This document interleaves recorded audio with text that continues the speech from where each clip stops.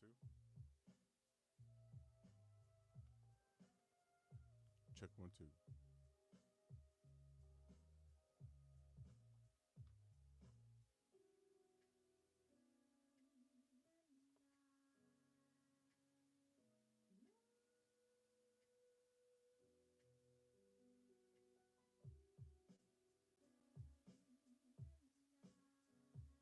Check 1 2.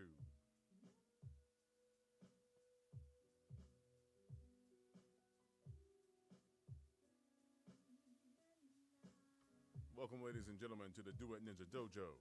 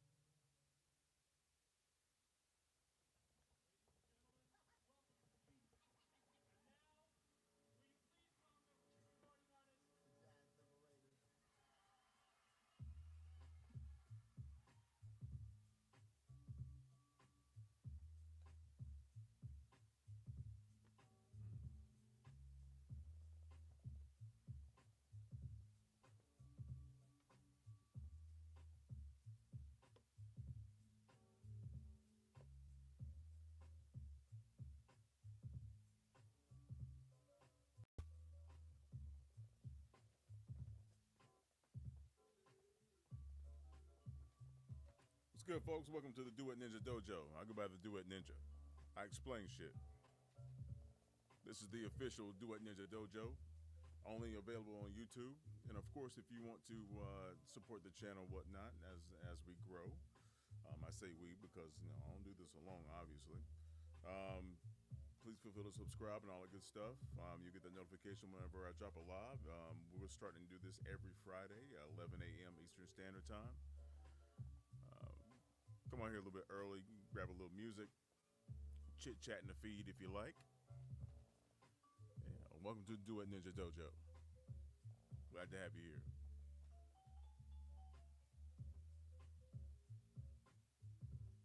We'll get started here in about 3 minutes. Stay tuned.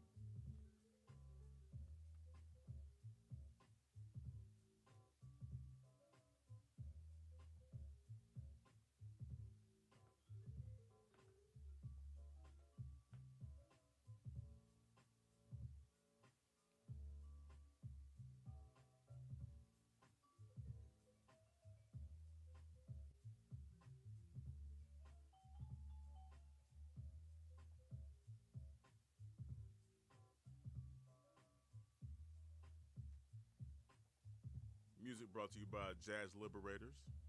You can also find it on YouTube.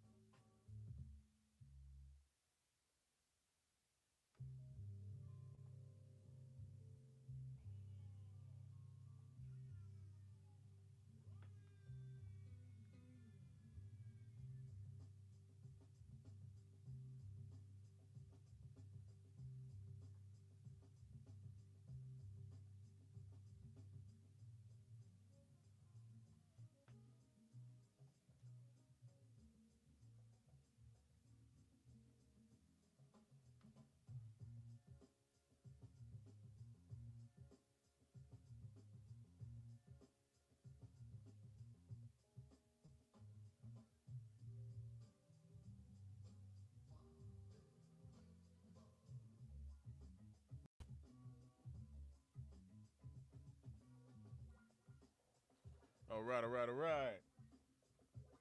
Welcome, ladies and gentlemen, and welcome back to the Duet Ninja Dojo. I go by the Duet Ninja. I explain shit.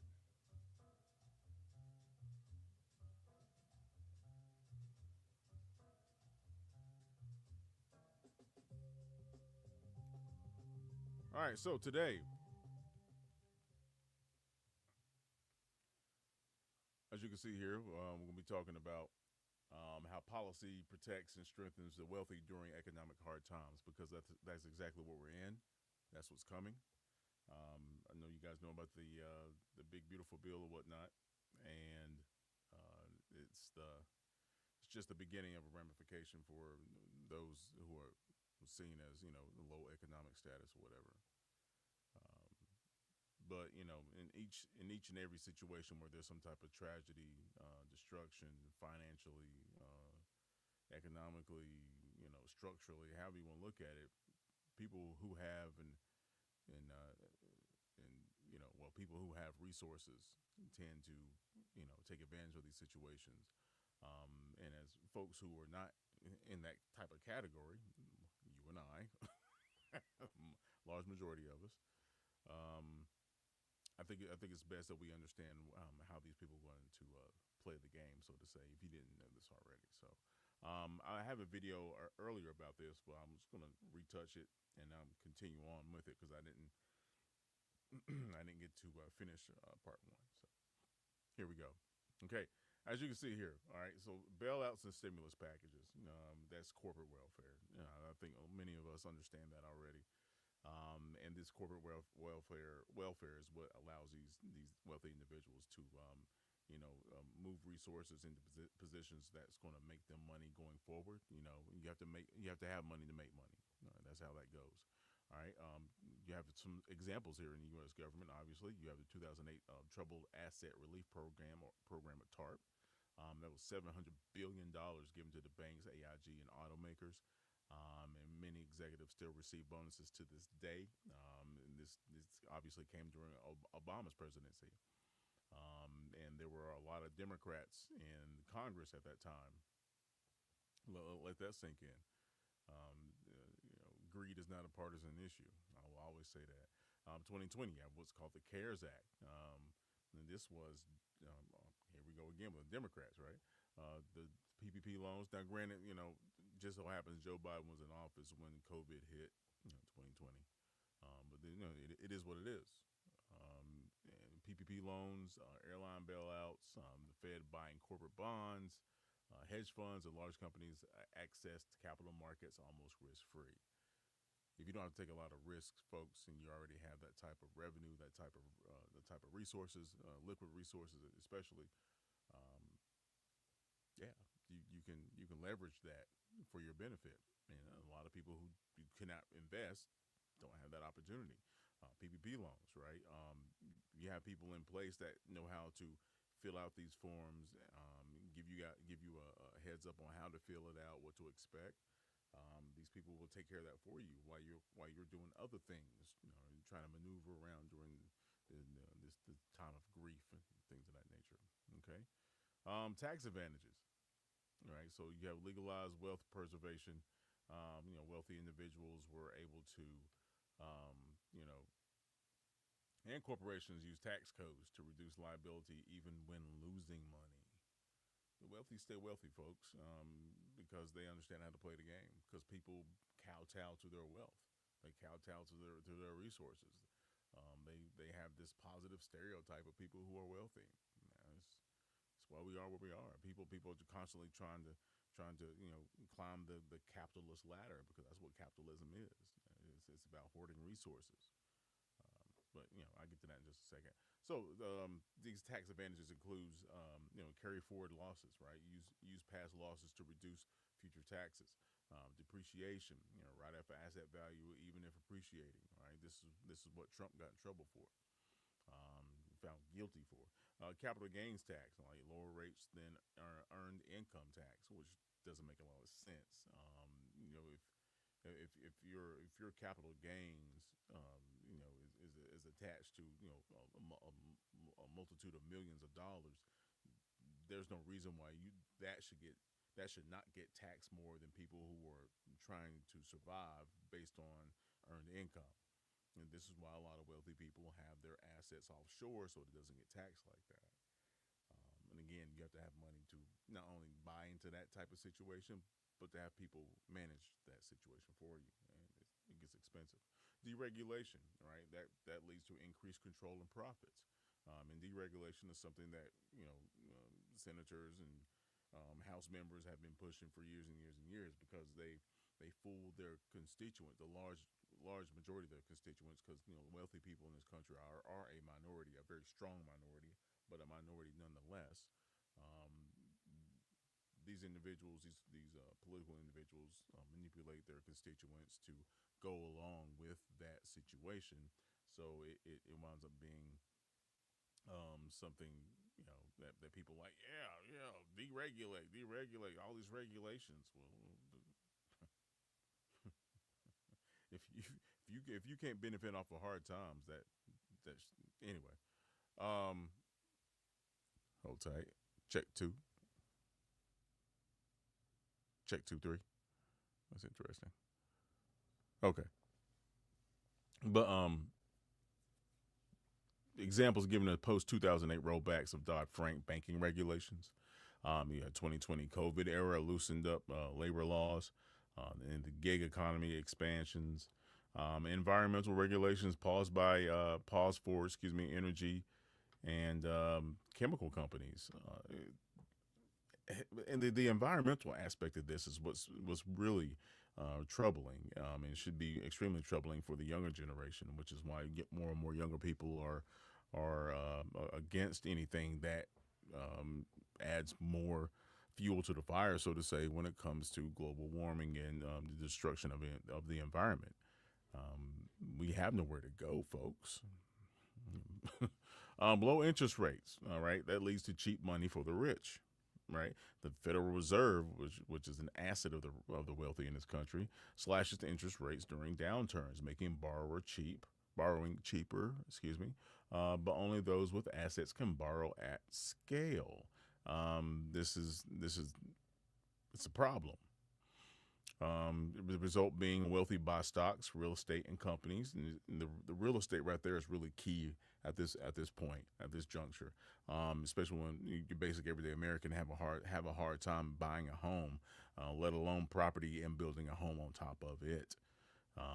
And folks, at the end of the day, if you want to buy a home, you're probably going to have to get some type of funding for that, unless you have that type of cash to fork out. But still, so that means if you're relying on the banks to help fund your access to a home, you're relying on the wealthy. I'm sorry, bank owners, presidents, things of that nature, people who sit on the boards of these major banks, things of that nature. They're not poor people. You ever notice that?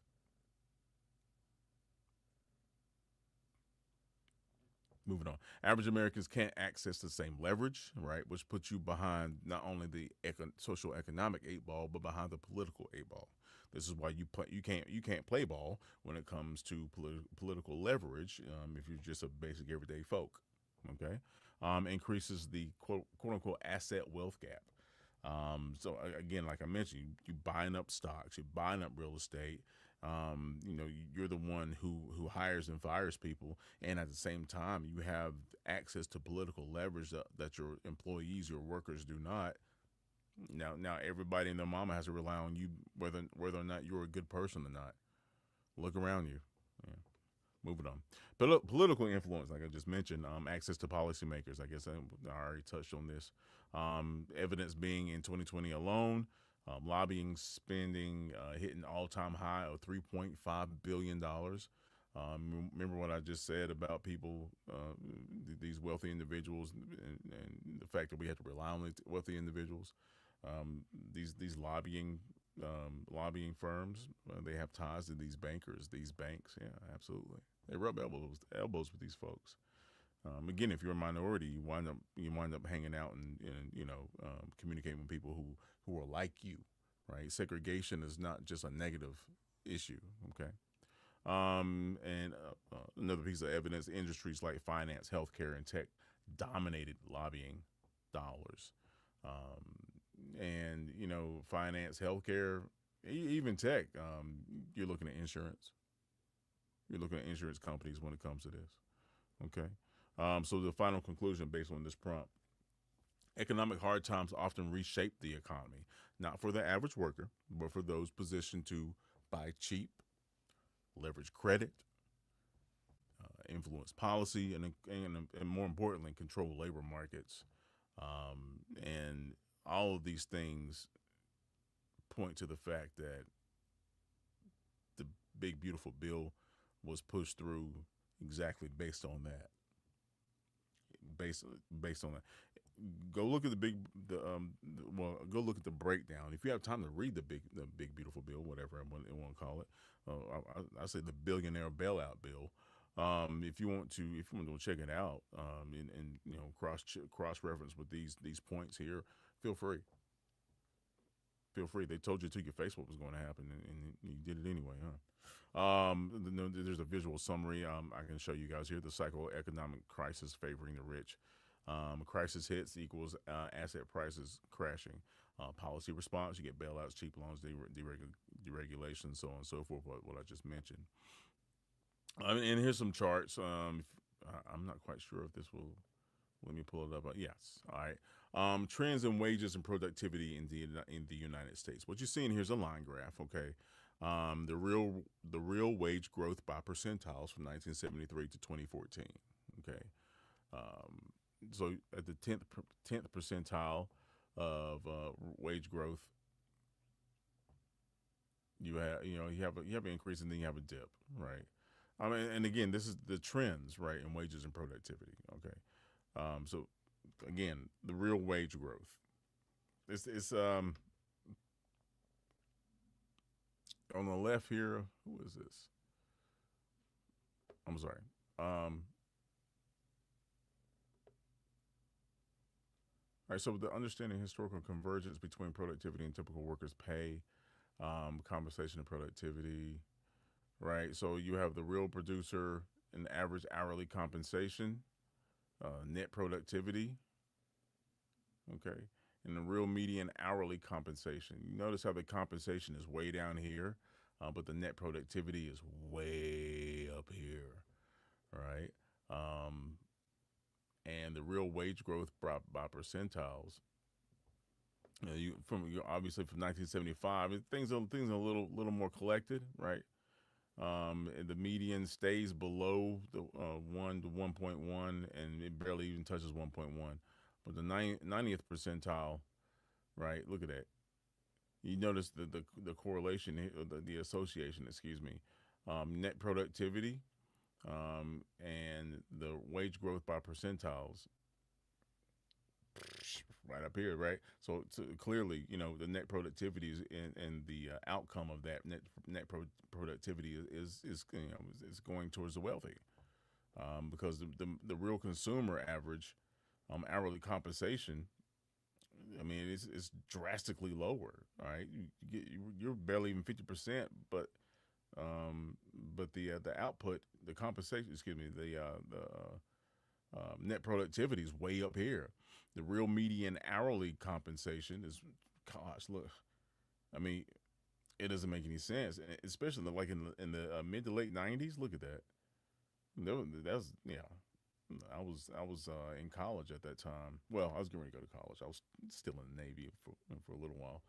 But yeah, it was. That's crazy. That's crazy. Let's look at another chart here. Um, Looking at the lobbying firms, like I mentioned earlier. Look at this. This is crazy. There's no reason. There's no reason for folks to be able to do this, man. Um, so Browns. So you have some of the highest. Look at it. 62.7 million dollars. Um, Forked out lobbying in Congress. 54.7, 47.7.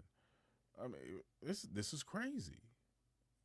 These people are playing games with our political leverage, folks, and we can't do nothing about it. Apparently, more about lobbying. Let's look again here. So you have productivity soars, wages stagnate, like as a previous line graph. Percent growth in U.S. productivity and hourly compensation. All right.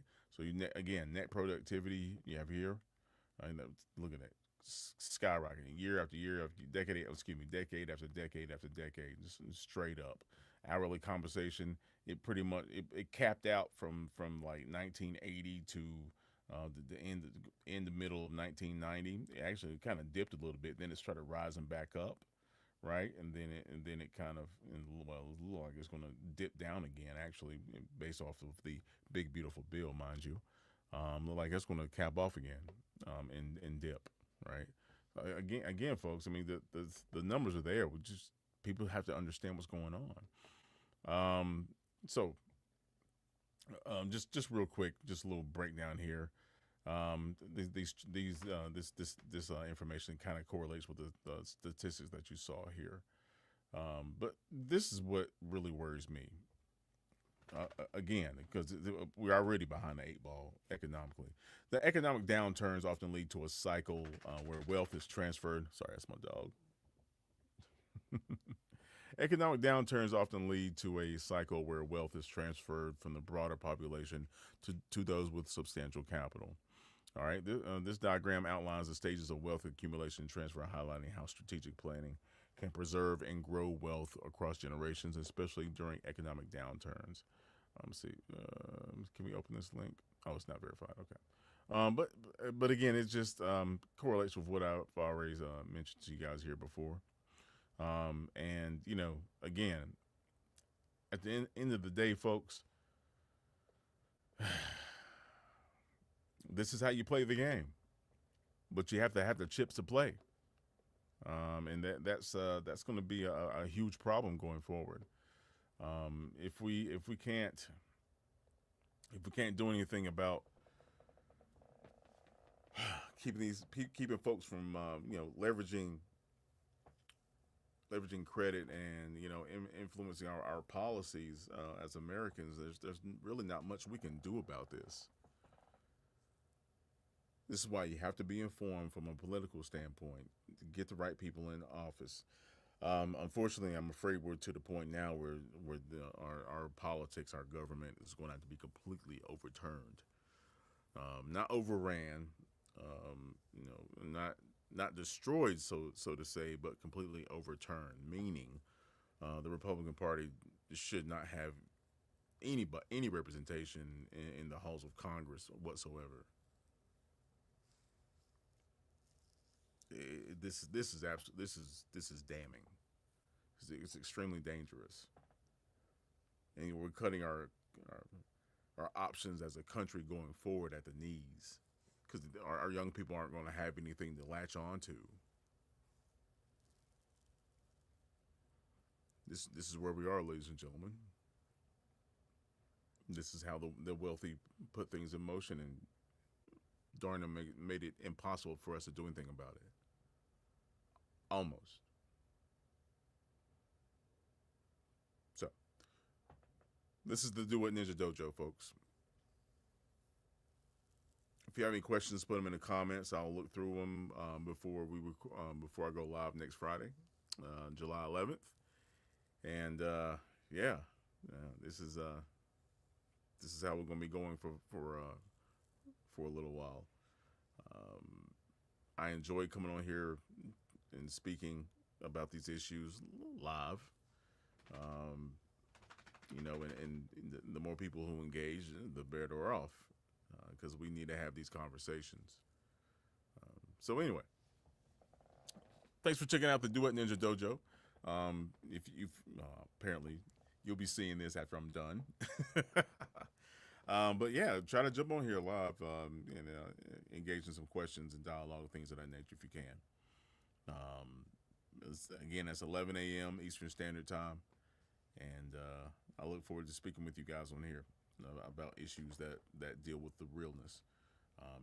This channel is directed by the Socratic method, critical thinking, critical questioning, and I think that's going to be a huge benefit going forward for a lot of people.